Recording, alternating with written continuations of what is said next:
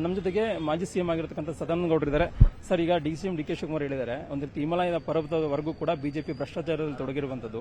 IT raid ಹಿಂದೆ ಇಲ್ಲ ಒಂದ್ ಕಡೆ ರಾಜಕೀಯ ಪ್ರೇರಿತ ಐಟಿ ಅಧಿಕಾರಿಗಳು ಬುಲೆಟಿನ್ ಬಿಡುಗಡೆಯನ್ನು ಮಾಡಬೇಕಾಗಿತ್ತು. ಒಂದು ಬಿಜೆಪಿ ನಾಯಕರೇ ಒಂದು ರೀತಿ ರಾಜಕೀಯ ಪ್ರೇರಿತವಾಗಿ ದಾಳಿ ಮಾಡಿಸಿದ್ದಾರೆ. ಇದೆ ಐಟಿ ಅಧಿಕಾರಿಗಳು ನಿನ್ನೆ ಬುಲೆಟಿನ್ ಬಿಡುಗಡೆ ಮಾಡಿದ್ದಾರೆ. ನಿಮ್ಮ ಎಲ್ಲ ಮಾಧ್ಯಮಗಳು ಬಂದಿದೆ, ನಾನು ನೋಡಿದ್ದೀನಿ.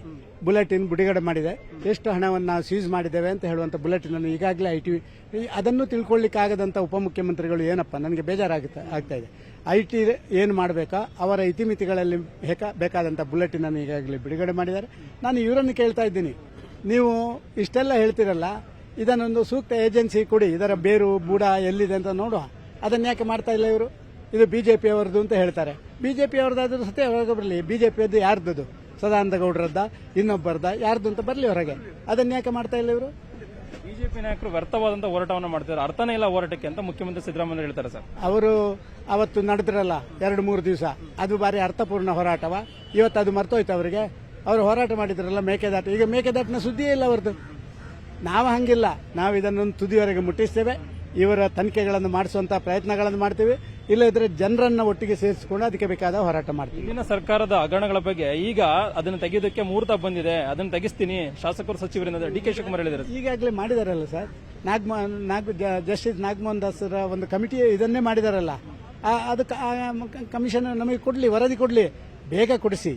ಅದನ್ನು ಇನ್ನು ಸುಮ್ಮನೆ ಮಾಡಿದ್ದೇವೆ ಅಂತ ಹೇಳಿ ಅದನ್ನು ಮುಂದೆ ಮುಂದೆ ಮುಂದೆ ಮುಂದೆ ತಕೊಂಡು ಹೋಗುವಂತ ಕೆಲಸ ಮಾಡಬೇಡಿ. ಐಟಿ ರೇಡ್ ಅನ್ನುವಂಥದ್ದು ಕೇವಲವಾಗಿ ಕಾಂಗ್ರೆಸ್ ಬಿಜೆಪಿ ರಾಜಕೀಯ ವಾಕ್ಸಮರಕ್ಕೆ ಮಾತ್ರ ವೇದಿಕೆ ಆಗಿದೆ. ಸರ್, ಜನರು ಏನಂತ ತಿಳ್ಕೊಬೇಕು ಈ ಒಂದು ವಿಚಾರದಲ್ಲಿ? ಸರ್, ಜನರು ತಿಳ್ಕೊಳ್ಬೇಕಾದ್ದು, ಒಂದೊಂದು ಮನೆಯಲ್ಲಿ ಇಷ್ಟು ಕಪ್ಪು ಹಣ ಹೇಗೆ ಬಂತು ಅಂತ ಹೇಳುವಂತ ಜನ ತಿಳ್ಕೊಳ್ಬೇಕಾ ಬೇಡವಾ? ಅದು ಕಾಂಟ್ರಾಕ್ಟರ್ದೇ ಆಗಿರ್ಬೋದು, ಯಾರ್ದೇ ಕಪ್ಪು ಹಣ ತಾನೆ. ಕಪ್ಪು ಹಣ ದೇಶದ ರಾಜ್ಯದ ಅರ್ಥವ್ಯವಸ್ಥೆ ಮೇಲೆ ಪರಿಣಾಮ ಬೀರ್ತದೆ ತಾನೆ. ಆದ ಕಾರಣ ಅದನ್ನ ಜನರಿಗೆ ತಿಳಿಸುವಂತ ಕೆಲಸ ಆಗಬೇಕು. ಅದಕ್ಕೆ ಬೇಕಾಗಿ ನಮ್ಮ ಹೋರಾಟ. ಬಿಜೆಪಿ ಜೆಡಿಎಸ್ ಮೈತ್ರಿಗೆ ಏನಾದರೂ ಒಂದು ಸ್ವಲ್ಪ ಇನ್ನು ಮುಜುಗರ ಆಗ್ತದೆ ಸರ್, ಯಾಕಂದ್ರೆ ಸಿಎಂ ಇಬ್ರಾಹಿಂ ಅವರು ಪಕ್ಷ ವಿರೋಧವಾಗಿ ಅಂದ್ರೆ ಒರಿಜಿನಲ್ ಜಾತ್ಯತೀತ ಅನ್ನೋ ಒಂದು ನಿರ್ಧಾರವನ್ನು ಪ್ರಕಟ ಮಾಡಿದ್ದಾರೆ. ಸರ್, ನಮ್ಮ ವ್ಯವಸ್ಥೆಗಳು ಅದು ಇನ್ನೊಂದು ಪಕ್ಷದ ಮಧ್ಯ ಏನಾಗಿದೆ ಅಂತ ನಾವು ಅದರಲ್ಲಿ ಕೈ ಹಾಕುವುದಿಲ್ಲ. ಸಿಎಂ ಇಬ್ರಾಹಿಂ ಅವರು, ಕುಮಾರಸ್ವಾಮಿ ಅವರ ಆ ಹೋರಾಟಗಳು ಮತ್ತೊಂದು ನಮ್ಗೆ ಗೊತ್ತಿಲ್ಲ. ಅದು ಆಂತರಿಕ, ಅವರು ಏನು ಮಾಡ್ತಾರೆ. ನಮಗೆ ರಾಷ್ಟ್ರೀಯ ಅಧ್ಯಕ್ಷರು ದೇವೇಗೌಡರು ಅವರ ನೇತೃತ್ವದಲ್ಲಿ ನಮ್ಮ ಸಂಬಂಧಗಳು ಬೆಳೆದಿವೆ. ನಾವು ಅದನ್ನು ಉಪಯೋಗ ಮಾಡಿಕೊಂಡು ಮುಂದೆ ಹೋಗುವಂತ ಹೆಜ್ಜೆಗಳನ್ನು ಇಡ್ತೇವೆ. ಕೊನೆ ಪ್ರಶ್ನೆ ಸರ್, ಈಗಾಗಲೇ ದೇವೇಗೌಡರು ಮತ್ತೆ ಕುಮಾರಸ್ವಾಮಿ 2ನೇ ಸುತ್ತಿನ ಮಾತುಕತೆಗೆ ದೆಹಲಿಗೆ ಹೋಗ್ತಾ ಇದ್ದಾರೆ. ನಿಮ್ಮಿಂದ ಮಾತುಕತೆಗೆ ಆಹ್ವಾನ ಮಾಡಿದೆ ಸರ್ ಬಿಜೆಪಿ ಹೈಕಮಾಂಡ್ ನಾಯಕರಿಂದ. ನೋಡಿ, ಇದೊಂದು ರಾಷ್ಟ್ರೀಯ ವಿಚಾರ. ಯಾಕೆಂತ ಹೇಳಿದ್ರೆ ಕೇವಲ ಕರ್ನಾಟಕಕ್ಕೆ ಸೀಮಿತ ಅಲ್ಲ.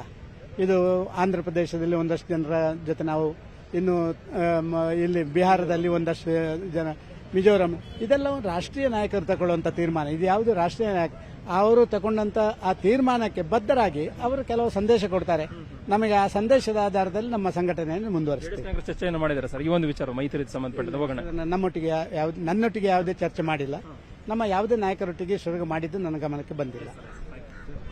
ಇದಿಷ್ಟು ಡಿವಿ ಸದಾನಂದ ಗೌಡರ ಮಾತು. ಕ್ಯಾಮರಾ ಪರ್ಸನ್ ಶೋಭಾ ಜೊತೆಗೆ ಕೃಷ್ಣ ಜೀವಿ, ನ್ಯೂಸ್ 18 ಕನ್ನಡ, ಬೆಂಗಳೂರು. ಕನ್ನಡಿಗರ ಮೆಚ್ಚಿನ ನಿಮ್ಮ ನ್ಯೂಸ್ 18 ಕನ್ನಡ ಈಗ ವಾಟ್ಸ್ಆಪ್ನಲ್ಲಿಯೂ ಲಭ್ಯ. ಕರ್ನಾಟಕ ಮತ್ತು ದೇಶ ವಿದೇಶದ 360 ಡಿಗ್ರಿ ಸುದ್ದಿ ವಿವರವನ್ನ ನೀವು ನಿಮ್ಮ ಕೈ ಬೆರಳುಗಳಲ್ಲಿಯೇ ಪಡೆಯೋದಿಕ್ಕೆ ಈ QR ಕೋಡ್ ಅನ್ನ ಸ್ಕ್ಯಾನ್ ಮಾಡಿ. ನಮ್ಮ ಚಾನೆಲ್ ಅನ್ನ ಫಾಲೋ ಮಾಡಿ, ನೋಟಿಫಿಕೇಶನ್ ಆನ್ ಮಾಡಿ.